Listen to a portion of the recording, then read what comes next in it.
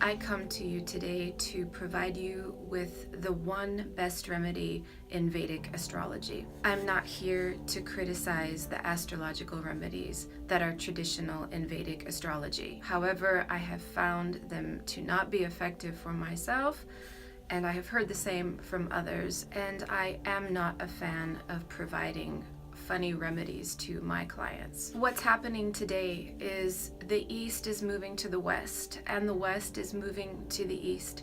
Soon enough, globally, we will become one in consciousness. What is traditionally Eastern may not always work for that which is Western today. Vedic astrology is penetrating the West. Many people are seeking Vedic astrologers today to answer their life's questions. Who am I? What's going on in my life? Why are things the way they are? What am I supposed to be doing? So as East meets West and we become one, it's important that we find astrological remedies that are applicable to all people. This is what I'm saying. If you're from the West, if you're from the United States, for example, say that you had your chart read by a Vedic astrologer and they provide you with a remedy. Say Saturn in your chart is really messing with you and you're having a really hard time dealing with this very difficult Saturn transit. So your Vedic astrologer provides you with a remedy, and say, for example, they tell you to get a cow with her calf and give it to a poor old man in order to reduce the malefic aspects of Saturn. Now, the typical Western person today in the United States is going to roll their eyes and they're going to laugh at that. They're going to think it's ridiculous.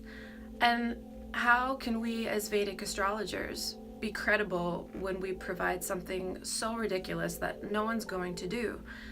Besides the fact it doesn't work most of the time. And yes, the placebo effect is real.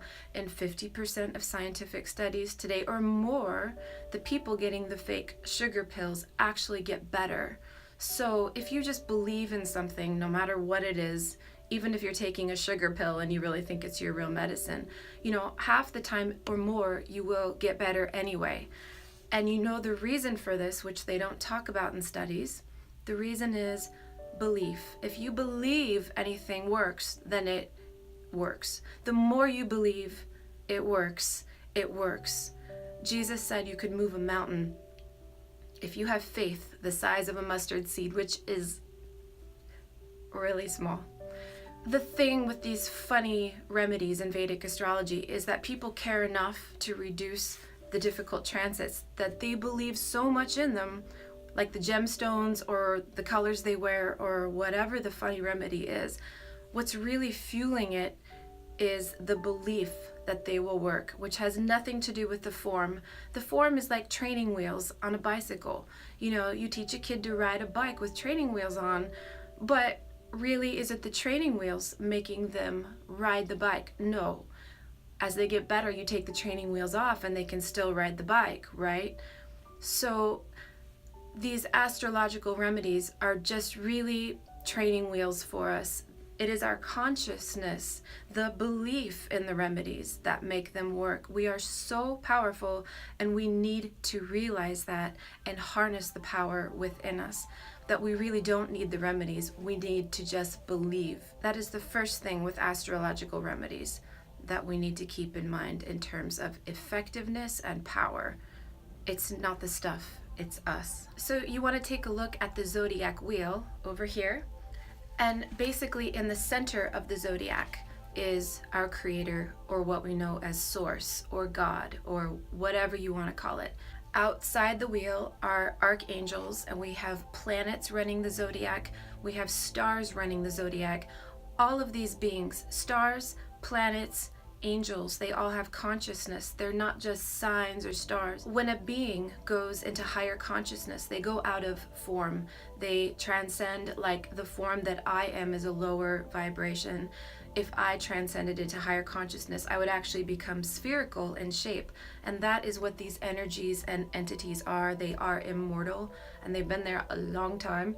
And they're the ones running the zodiac on the outside. But on the inside of the wheel is the creator. On the outside of the wheel are the planets, stars, and angels, and they're just taking orders on the outside from source.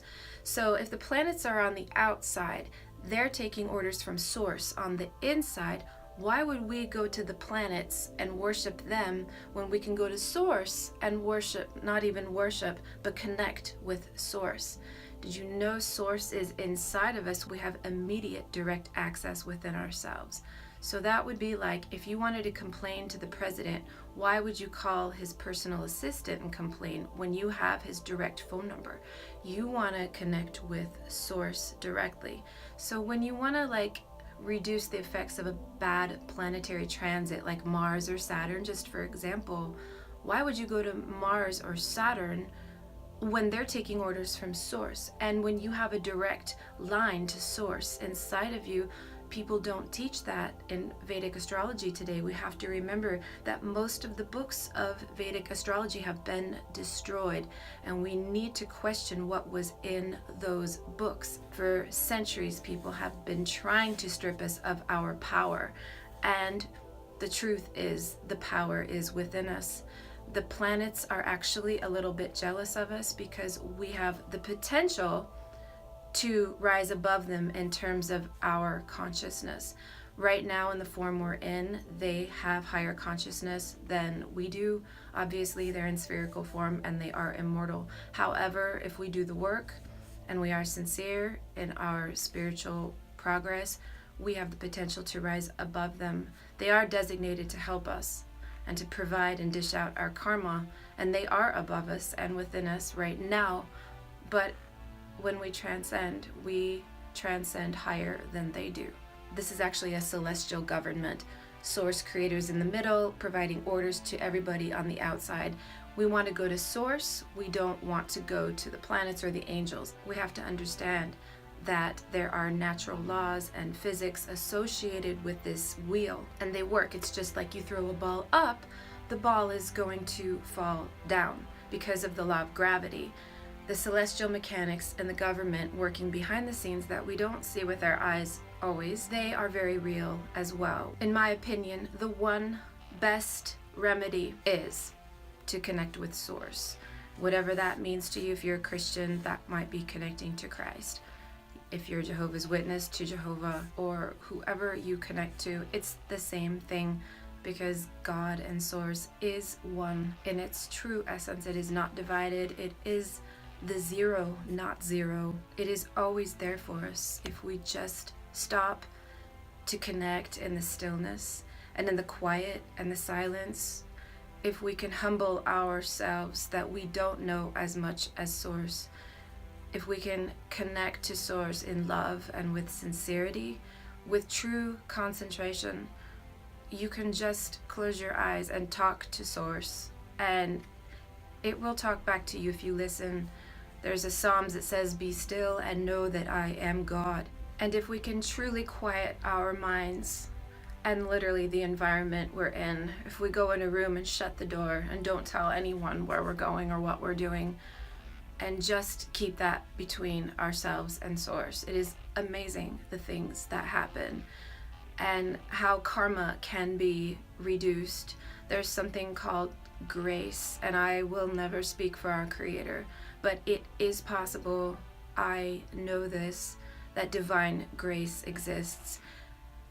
Everything in our natal chart is just a karmic signature of everything we have done in the past.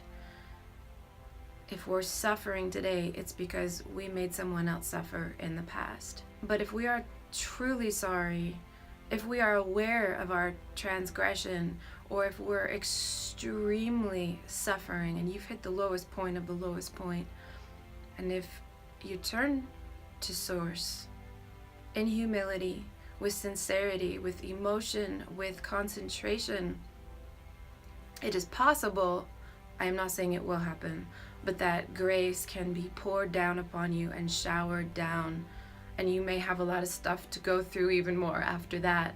But there is the possibility that karma can be erased fully, partially, or it can be transformed into a way that is more manageable for you.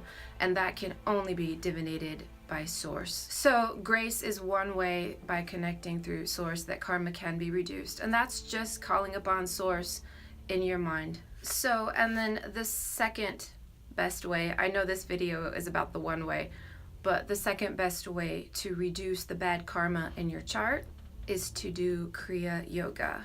It's not a religion or a cult or a creed. It is actually a scientific process that reduces the karma in your spine, the nitrogen nubs in your spine. The more you breathe with awareness in your spine, and it is a very specific scientific technique, you have to learn it somewhere. I learned mine from a book. Anyway, it works, and you go through a lot of stuff in the beginning. It's really hard because all the darkness comes up and you have to deal with it, which is fine. If you're willing to go through some really hard times, like a couple years of difficulty before you get to the light, it gets better. Spinal breathing can reduce the bad karma that is written in your chart by 20%, 30%. The more you concentrate and the longer you do Kriya Yoga, the more karma will be burned off. When we look at the karma in our chart, in our birth chart, it's like, oh, why me? But tell me this. If you knew someone who stole a TV from an electronics store, would you expect them to be punished by the government? Would it not be fair for them to have to go to court and have to pay the price for stealing from someone? That seems pretty obvious, I think. Is it no different if we have done something in past reincarnations that were very horrible, murdering people, stealing from people, cheating on people, and it's just time in this lifetime to pay the price? The dimension we are in is based on a simple law of what you do comes back to you, and it's not morality, it's celestial mechanics. And if we can understand that principle alone, we will do better here. We will have more joy and less suffering overall. We reap what we sow. So if we can accept our karma with grace and to know not to be mean, but that in a way we deserve it and we would do well to learn lessons from our past actions, we do much better. We are evolving and transforming as a species, whether we like to admit it or not.